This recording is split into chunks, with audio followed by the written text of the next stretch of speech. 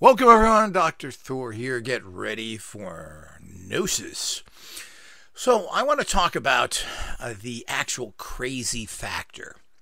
Now, I've talked about this briefly in other lectures, and I wanted to make a separate lecture just on the crazy factor.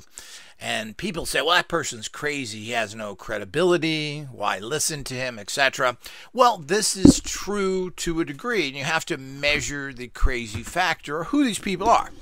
Now, if you expect a high-ranking, qualified person to come out and give you inside information, and particularly potentially dangerous information or classified information, which is illegal to begin with, well, it's not going to happen. You're not going to have, we call these people whistleblowers and so forth. Well, the bottom line is these are relatively rare, and there's little protection for them, which we need to have much more. All of this has to do with the reality that's going on out there of who are you going to get information from. So if you're going to get information from someone, and we have to measure the crazy quotient. Is this guy off the board? Is he 100% wacko talking about nonsense? Or is there some credibility behind him? And are they speaking well, and are they giving you good details, etc.? Are they being specific? Now, there are lots of just crazy people out there that really have nothing to speak of any value.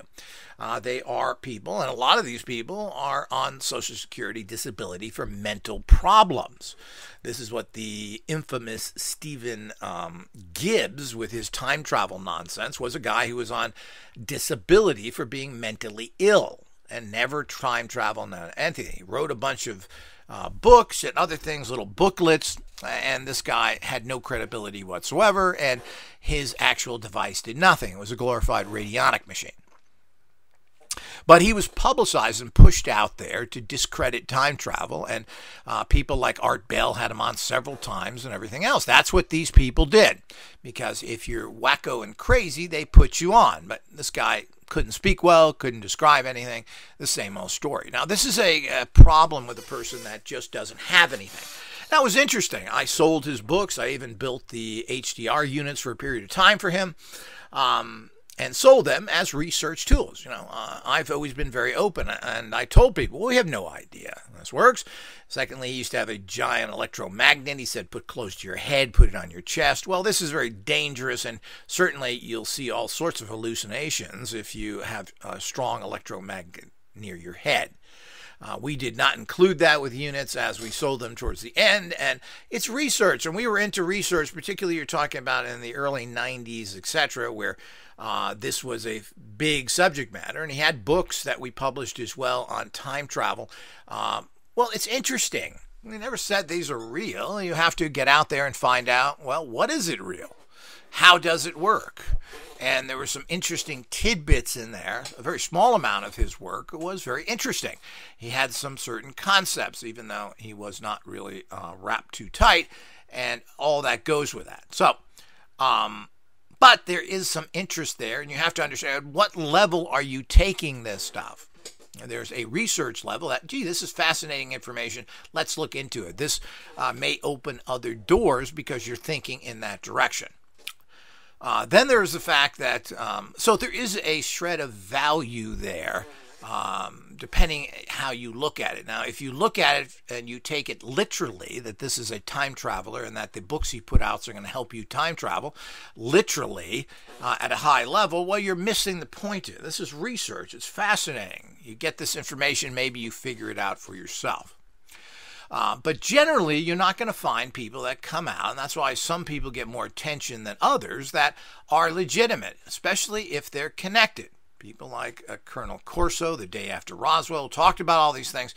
Well, he has to get everything he does vetted by the government. He is a government employee. He gets a big pension and all the benefits that go with that, including medical care, rights to go to the base exchange and get things at low cost without taxes. These are all the things that, of course, are the benefits of a military person. So he's very tied in. Does he want his pension cut? Well, the bottom line is that you have to get everything you write as an employee of an organization, and this even is with private companies, that you may have signed a disclosure agreement saying that you're not going to talk about what you know in this company. So I have people do that myself. If you leave here, with what you came with, which is your knowledge at that time, and you don't talk about what we were doing here. You don't give out secrets. You can't go ahead and take technologies, etc. These are all things that you can't do as a legal person out there. So as part of this argument. So you leave, and you shut your mouth. So the government is even more than that. You've signed a strong agreement, and these are enforced, and you can be in big, big trouble. So people obey these things. So the whole idea is when he puts out his book the day after Roswell, everything in there was said that he could do that. The government said, yes, you can print this. Now, someone else has come out, and I think it's called the crash at Roswell, the day after Roswell crash, something like that, where he went into that book and showed all the errors in it in terms of these people weren't in office at the time, this didn't happen, he's talking. So all of these things are quite interesting, and of course that's what they want to happen, because they want to be able to discredit books by saying this is wrong in it, so we don't give it any credit. And that's how it all works. But the bottom line is that the crazy factor is important. Are these people out of society where they can talk freely about so many things? And you can't do that if you're a head of a corporation, in the military, etc. So, but we have to be very careful to what degree of crazy is someone, and how much credit can you give them on any one situation. Now, somebody may be very correct in one area and totally off base in the other. But what people do here is they give somebody credit because they were right one time, credit for everything. Well, that just isn't the case. I've seen this with people that just got wrong information from bad people, and they're assuming it's right because they liked what that person did before. They considered them credible. They wrote good books on something. And I don't know if they checked these books properly, but they were they were put together in a scholarly way, and they were written well, so people assume that it is correct information. Well, that's a big error. So what happens is you buy into that person, and then you keep buying into that person, and that has completely changed and colored the way you look at everything else. You have to look at every single situation by itself. What is the information this guy is giving on this particular situation? The other situation he may know nothing about. It's as simple as that.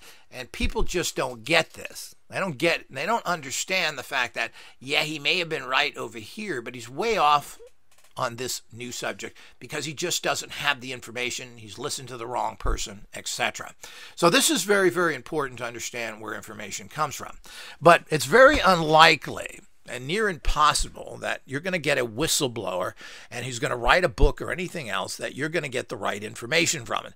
That has to be vetted. Now, they want this information out there, so a lot of these vetted books are right.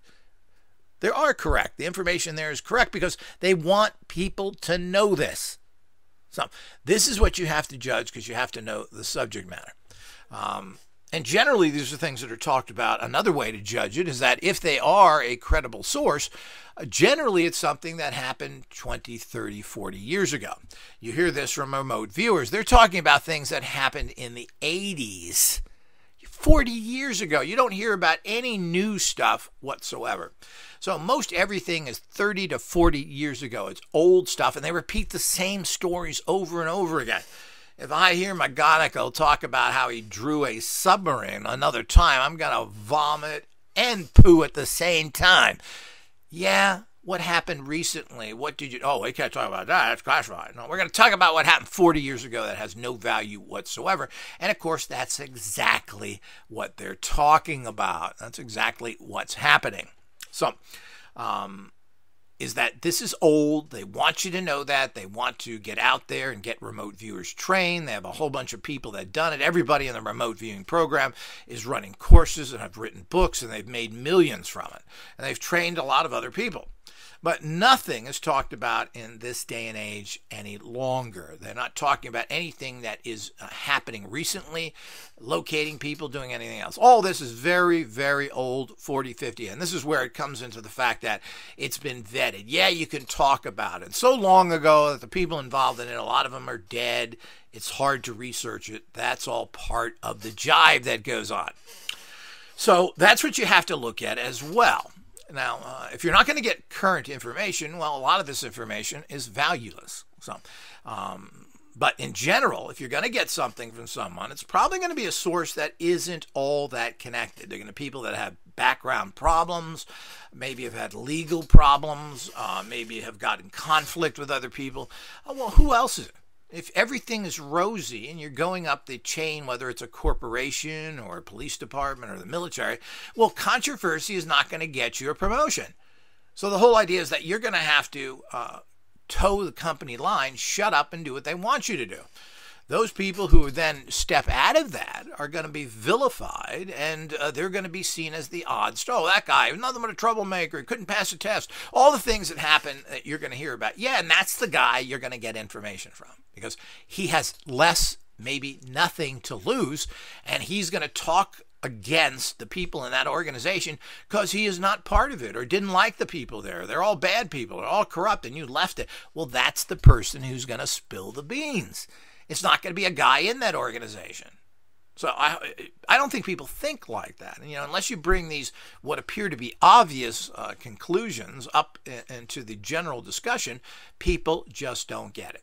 So the crazy factor, the unbalanced factor is very important. The question is, are they correct in this area? How unbalanced are they? And how does their information continue? A lot of people know something about something, but now it's years later and they're out of the swing of it. They don't have connections there anymore. They don't know anybody. They're not being fed information any longer. So, they are talking about 30, 40 years ago because that's when they were active. Do they know anything else? Well, you have to be a big question of it. And just because they know about remote viewing doesn't mean they know about directed energy weapons, weapons. That doesn't mean they know anything else about that or psychotronics or anything else. So the whole idea is that just because they're a remote viewing expert doesn't mean they know anything else. And just because they heard gossip at the local chow hall or they had coffee with someone who was a buddy of theirs, or, yeah, this guy told me about this or that, and because he knew this guy that knew this guy. Well, all this stuff becomes very cloudy. Now, you may have some information on your particular area.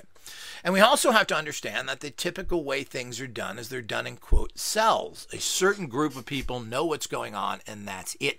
In that cell, other cells are doing different things that nobody talks to you about. Now, Bob Lazar talked about this, which is one of his credibility. If had they different cells, nobody communicated with you. That's how they gave. So if you talk about something and give out information, well, first of all, they know what cell that came from. Secondly, you're only going to be able to give out what you know in that particular cell. Now, this has been done in intelligence and military organizations for years. This is classically done as a protection for intelligence operation and for what we would consider special forces operations, or even, quote, terrorists, whoever they are. Because if you get captured, you're only going to be able to give information about a certain group of people, and you don't know what the other group is, where they're at, or what they're doing. So they're protected because you're going to talk one way or another. That's the way it goes. So, but that's how it works. But who is going to do this? You're not going to find, in general, people coming out. Now, you do find this occasionally. But as I've mentioned, if you write anything, it has to be vetted. If you're ahead of an organization, you are in trouble because they can come after you and take your benefits, etc. That's how they blackmail you to mess up your entire life and so forth. So keep this in mind. But the odder the person is, to a certain extent, their information is better than anybody else's. But be controlled with that. Not everything they talk about is better. That information they're talking about, is it right? Well, we don't know, but certainly it's going to come from outsiders, not insiders. And the big cop-out with everybody is the fact, oh, we'll talk about it off the air. I can't say that here. Well, a lot of that is a con game because you can talk about things and use proper legalese so you're not in trouble. I don't know. It's it's allegedly saying that this person does that. What you're saying is you're not sure. And most things should be alleged because it's hard to prove anything.